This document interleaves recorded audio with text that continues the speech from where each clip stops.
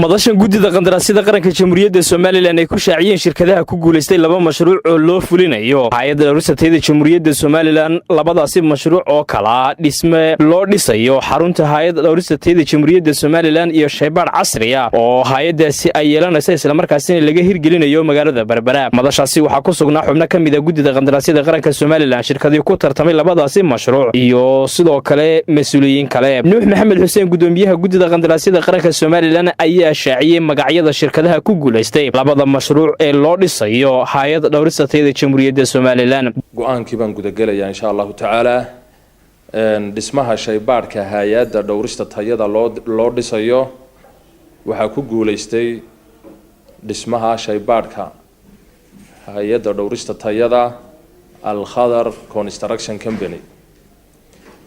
dhismaha xarunta guud ee hay'adda dhowrista tayada waxa ku guuleystay Ridsi Construction Company.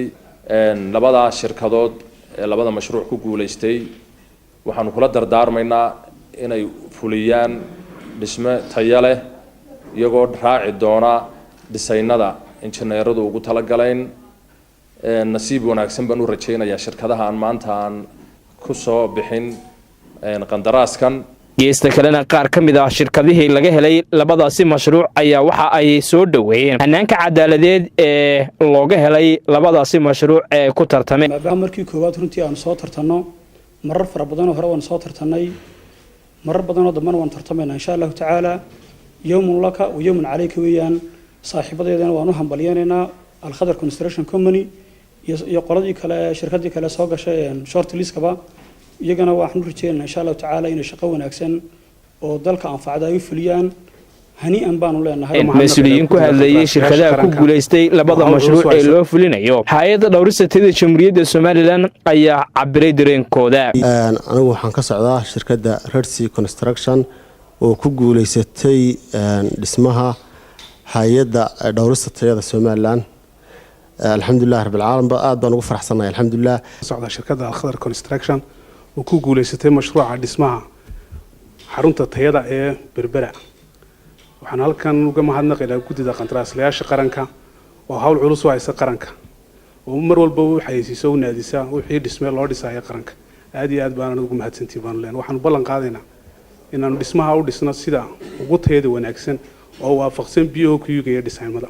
gudoomiyaha hay'adda dhowristayda jamhuuriyadda Soomaaliland mudane Muuse Xasan Xaaji Yuusuf ayaa isaguna waxa uu sheegay inay la shaqeynayaan shirkadaha ku guuleystay labadaasi mashruuc isagoo u soo jeediyay inay u fuliyaan hanaan habsami leh mashaariicdaasi. inaanu la shaqeyno oo ay sameeyaan dhismayaashaas qaabkii iyo tayadii looga baahnaa. waxaanu leenahay shirkadaha kale ku soo tartamayna insha Allah haka daarina guddida.